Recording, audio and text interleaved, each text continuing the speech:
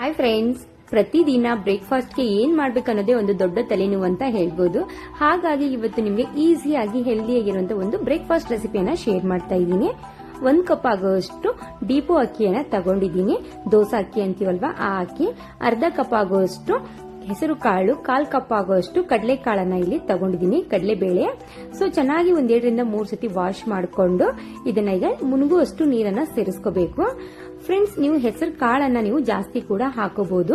ಈಗ ನಾನು ಇಲ್ಲಿ ಒಂದು 8 ತಾಸುವರೆಗೂ ಇದನ್ನ ರೆಸ್ಟ್ ಮಾಡೋಕೆ ಬಿಟ್ಟಿದ್ದೀನಿ. ಸೊ 8 ತಾಸು ಆದ ನಂತರ ನಿಮ್ಗೆ ಇಲ್ಲಿ ತೋರಿಸ್ತಾ ಇದ್ದೀನಿ. ಸೊ ಒಂದು ಮಿಕ್ಸಿ ಜಾರಿಗೆ ಹಾಕ್ಬಿಟ್ಟು ಇದನ್ನ ನಾವೀಗ ಅದೇ ನೀರನ್ನ ಸೇರಿಸ್ಕೊಂಡು ನುಣ್ಣಗೆ ಪೇಸ್ಟ್ ಅನ್ನಾಗಿ ಮಾಡ್ಕೋಬೇಕು.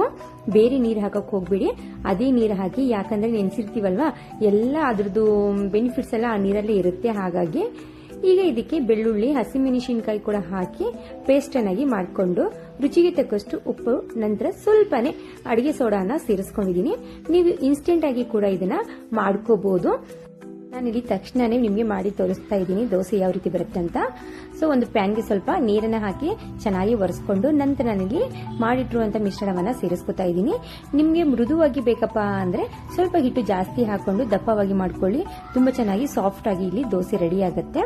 ಇಲ್ಲಪ್ಪ ನಿಮ್ಗೆ ಕ್ರಿಸ್ಪಿ ತಿನ್ನೋದು ಇಷ್ಟ, ಕ್ರಿಸ್ಪಿಯಾಗಿ ದೋಸೆ ಬೇಕಪ್ಪ ಅಂದ್ರೆ ಹಿಟ್ಟನ್ನ ಸ್ವಲ್ಪನೇ ತಗೊಂಡು ಚೆನ್ನಾಗಿ ಸ್ಪ್ರೆಡ್ ಮಾಡ್ಕೊಳ್ಳಿ. ನೀವು ನೋಡ್ತಾ ಇರ್ಬೋದು, ಇಲ್ಲಿ 2ನೇ ದೋಸೆ ಕೂಡ ಮಾಡಿ ತೋರಿಸ್ತಾ ಇದ್ದೀನಿ.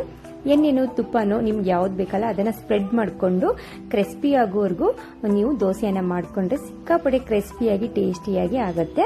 ಸೊ ನೀವು ಇದಕ್ಕೆ ಚಟ್ನಿ ಪಲ್ಯ ಮಾಡ್ಬೇಕಂತೇನಿಲ್ಲ, ಹಾಗೆ ಕೂಡ ತಿನ್ಬೋದು. ಯಾಕಂದ್ರೆ ಇದರಲ್ಲಿ ಹಸಿಮೆಣಸಿನಕಾಯಿ, ಬೆಳ್ಳುಳ್ಳಿ ಹಾಕಿರ್ತೀವಲ್ಲ, ಅದ್ರ ಫ್ಲೇವರೇ ಚೆನ್ನಾಗಿರುತ್ತೆ ಹೆಸರುಬೇಳೆ ಹಾಕಿರೋ ಕಾರಣಕ್ಕೆ. ಸೊ ನಿಮ್ಗೆ ಏನಾದ್ರೂ ಈ ವಿಡಿಯೋ ಇಷ್ಟ ಆದ್ರೆ ಪ್ಲೀಸ್ ಲೈಕ್ ಮಾಡಿ, ಶೇರ್ ಮಾಡಿ, ಹಾಗೆ ನಮ್ಮ ಚಾನೆಲ್ ಸಬ್ಸ್ಕ್ರೈಬ್ ಮಾಡ್ಕೊಳ್ಳೋದನ್ನ ಮರಿಬೇಡಿ ಫ್ರೆಂಡ್ಸ್.